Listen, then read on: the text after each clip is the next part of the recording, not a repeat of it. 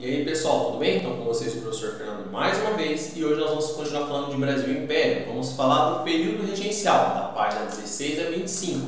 Lá embaixo sempre tem a página, anota no cantinho do seu caderno para você consultar depois. Nós terminamos a nossa aula passada falando justamente dessa imagem do Aurélio de Figueiredo, onde ela retrata justamente a abdicação do Dom Pedro. Ele está entregando a carta, está renunciando ao trono e vai voltar para Portugal. Ele deixa no poder o seu filho, Dom Pedro de Alcântara, o Pedrinho, ou o futuro Dom Pedro II.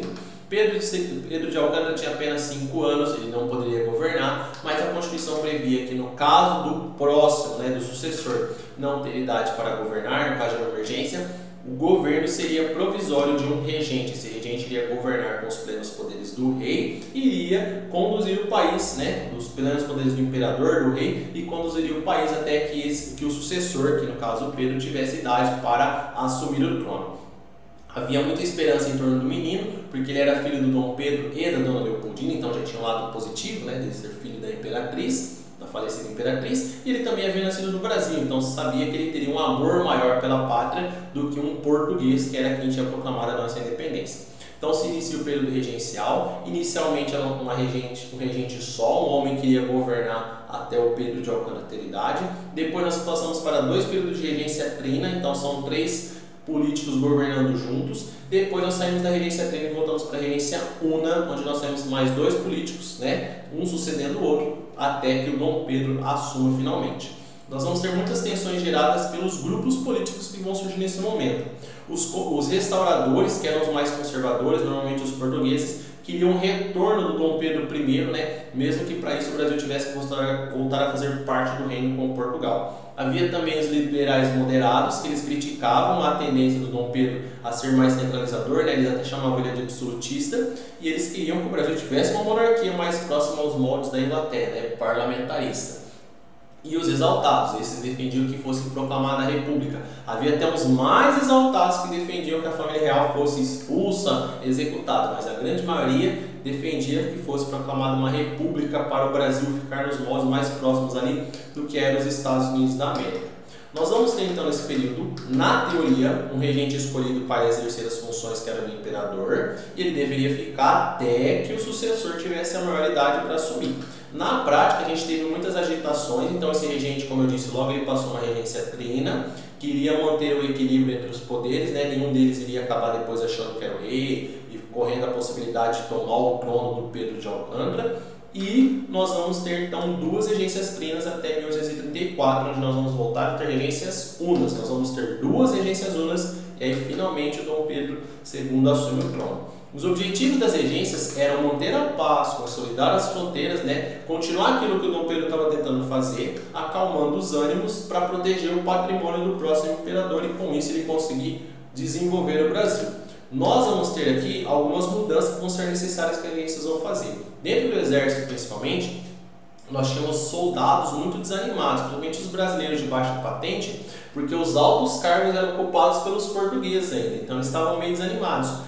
Para tentar animar esses caras e para também ter um órgão que mantivesse a paz dentro do Brasil, a regência ela vai criar a Guarda Nacional, que ela vai atuar apenas na proteção interna da segurança nacional, e aí lá os brasileiros podiam se alistar e subir de patente, enquanto o exército ia proteger as nossas fronteiras em caso de invasões. Nós vamos ter também nesse momento uma pequena mudança, que é a suspensão do poder moderador. Esse deveria ser sido apenas pelo imperador, então como nós estávamos sem imperador, esse poder foi suspenso. E além disso, os regentes vão conceder às províncias, as províncias que são chamados estados, um pouco mais de liberdade para eles poderem tomar suas decisões, pelo menos até que o rei assuma. Por exemplo, eles vão parar de tentar escolher o tempo todo quem é o presidente da província. Eles vão normalmente consultar a população, salvo algumas mudanças, salvo algumas exceções, para eles poderem trocar os governantes então. Dentro da economia, eles vão começar a incentivar o crescimento financeiro. Então o Brasil vai começar a mexer com vários e vários gêneros novos, além do açúcar, que estava em queda por conta da concorrência das Antilhas, já estava em decadência desde as invasões holandesas, e nós vamos ter novos gêneros, com destaque para o café, que ele vai começar a ser plantado nesse período e com o tempo ele vai fazer mais sucesso. E aí nós também temos o couro e a carne, que são importantes, o charque, a carne para revenda da época, lembrando que não havia geladeira, então a carne ela era embebida em gordura para poder ser vendida, preservada. E vocês vão entender a importância dessa carne daqui a pouco, quando a gente vê as revoltas. O Brasil ele precisava ser desenvolvido esse sentimento de nação. As pessoas não tinham essa noção ainda de que nós éramos uma nação. Elas precisavam ter desenvolvido esse sentimento de nacionalismo, identidade nacional. Para isso, eles vão criar o Instituto Geográfico Brasileiro, o IHGB, e ao mesmo tempo eles vão criar alguns órgãos para ajudar o IHGB, como o Arquivo Público do Império, onde vão guardar os documentos, onde vai ser escrito os livros, para colocar a história do Brasil arquivada, né, para registrar tudo isso. A criação do Colégio Pedro II, que é um colégio que iria educar as elites, dentro dessas elites o próximo imperador do Brasil, e o objetivo é então criar dentro das elites essa ideia de pertencimentos, e se esperava que as elites passassem para as outras classes, né, pouco a pouco. Só que os demais eles estavam se sentindo abandonados, porque quem estava no poder desde a proclamação da independência ainda eram os portugueses. O Dom Pedro tinha saído, Dom Pedro I, mas quem estava no poder eram os políticos portugueses. Então os brasileiros estavam realmente insatisfeitos, como eu citei para vocês o caso do Exército. Então eles estavam com pouco acesso a mudanças, então eles não vinham muitas esperanças, até porque as eleições eram censitárias. Para você votar, tinha que ter determinada quantidade de alqueires de mandioca plantada. Então só os mais ricos conseguiam alguma transformação se quisessem. Eles não iam querer transformar para ajudar os mais pobres. Por conta disso, nós vamos ter várias revoltas. Deve ter um QR Code aparecendo aqui para você agora, para você acessar, para entender um pouquinho mais esse período. Então as pessoas estavam se sentindo desintegradas, né? Elas não sentiam parte do Brasil. Eles viam os portugueses falando, o Brasil, o nosso país, mas as pessoas que aqui viam que eram mais pobres, elas não tinham esse sentimento. Então, eles começam a sentir isolados. Isso vai ser passado até para as elites brasileiras, né? Aquelas pessoas que estavam aqui mais tempo, as famílias, elas começam a ficar contrárias aos portugueses. E os problemas econômicos vão agravando isso. Então, com o tempo, os mais pobres começam a ver, junto com as elites brasileiras, que eles estão sofrendo com os altos preços e as decisões tomadas pelos portugueses. Então eles começam a achar que esse governo imperial ali que está regendo o Brasil, ele era até ilegítimo. Eles estavam esperando Dom Pedro II assumir para ver o que ia dar, porque aquele governo ali a galera nem estava muito considerando. Só que nós vamos ter um pessoal que vai além dessa desconsideração com esse governo e vai começar algumas revoltas. Uma delas vai ser a cabanagem, que vai acontecer no que nós chamamos de Grão-Pará, e ali, devido a ser um estado já de pouca riqueza na época, uma população mais baixa, eles foram meio que abandonados pela regência. E ali viviam brasileiros, portugueses, franceses, indígenas, então tinha várias etnias vivendo ali numa condição precária. Para vocês terem uma ideia, o melhor tipo de moradia que existia eram as cabanas feitas de terra com madeira. Então era feita aquelas terras batidas, né, feitos tijolinhos e colocados na madeira. Então o pessoal tinha uma vida muito precária, ou sofria com enchente ou com a seca. Então eles tinham uma forte ligação com Portugal, eles foram a última província a aceitar a independência do Brasil. Então eles começaram a discordar do que estava acontecendo, até que em 1835 essa população mais pobre ela se revolta junto com as elites e lutam contra o governo regencial. Por quê? Porque o governo estava trocando o presidente da província de novo, eles não viam esperança nessa troca. Por isso esse conflito ele vai durar até 1840, quando eles são massacrados pelo exército e pela Guarda Nacional e volta a fazer parte do Brasil oficialmente. Porém, vamos ter outras revoltas acontecendo ao mesmo tempo. Na Bahia, por exemplo, nós vamos ter uma revolta liderada pelo doutor Francisco Sabino. Esse doutor ele vai começar a incentivar a população mais pobre para que eles lutem contra a exploração dos portugueses. Então eles não se sentiam independentes ainda. Isso é uma coisa que vai acontecer em todas as revoltas que nós vamos falar. Eles não se sentiam independentes porque ainda eram os portugueses que estavam mandando no Brasil.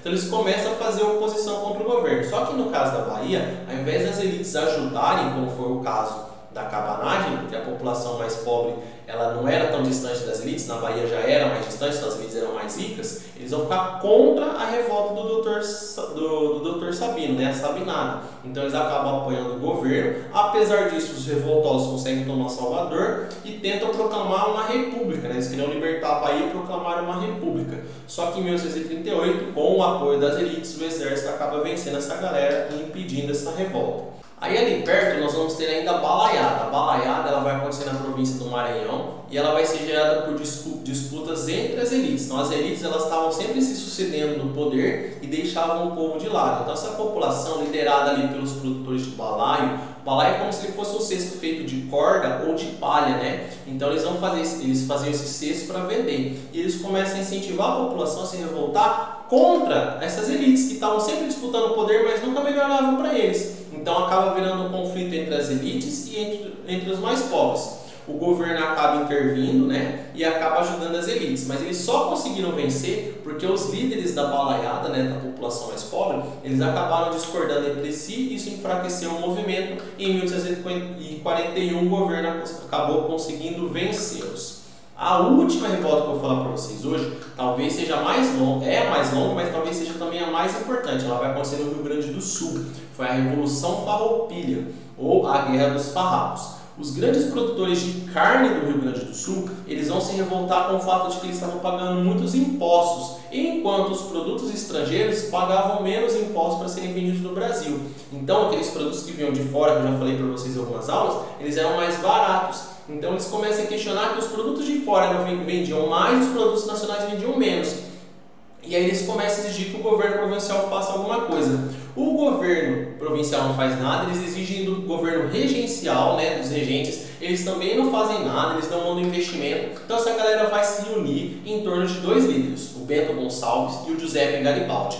Baseados nos ideais republicanos, eles vão proclamar a independência do Rio Grande do Sul, vão lutar com o Exército Nacional e com a Guarda Nacional e vão chegar até Santa Catarina e ali eles vão formar a República Juliana. Essa república ela vai existir então até 1845 e eles só vão se render quando eles conseguem negociar com o governo e mesmo perdendo eles conseguem algumas regalias. Então essas regalias são o seguinte: eles conseguem menos impostos, então eles vão pagar menos impostos para o governo, né, do que os produtos estrangeiros. Eles conseguem o perdão dos crimes dos revoltosos, então para que ninguém estava liderando o movimento ou participando do movimento fosse preso. E eles conseguem que o exército aceite aqueles soldados que participaram do lado do Rio Grande do Sul dentro do Exército Nacional e com as mesmas patentes. Então quem era capitão no Exército da República Juliana acabou virando capitão no Exército Nacional. Quem era general virou general. Então eles acabam entrando para o Exército Imperial. Pra vocês terem uma ideia, ela só vai ser finalizada essa revolta quando Dom Pedro II já era imperador do Brasil. E como que o Dom Pedro II chegou imperador do Brasil?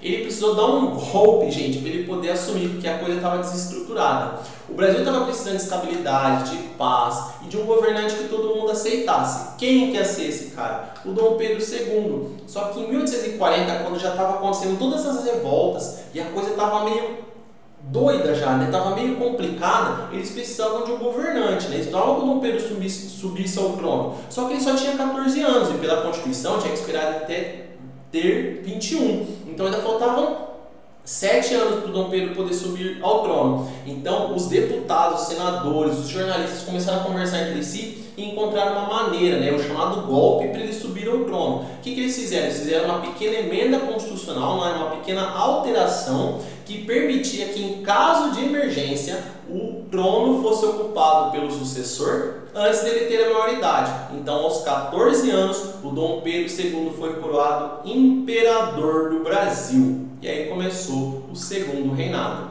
Vou explicar para vocês agora as atividades.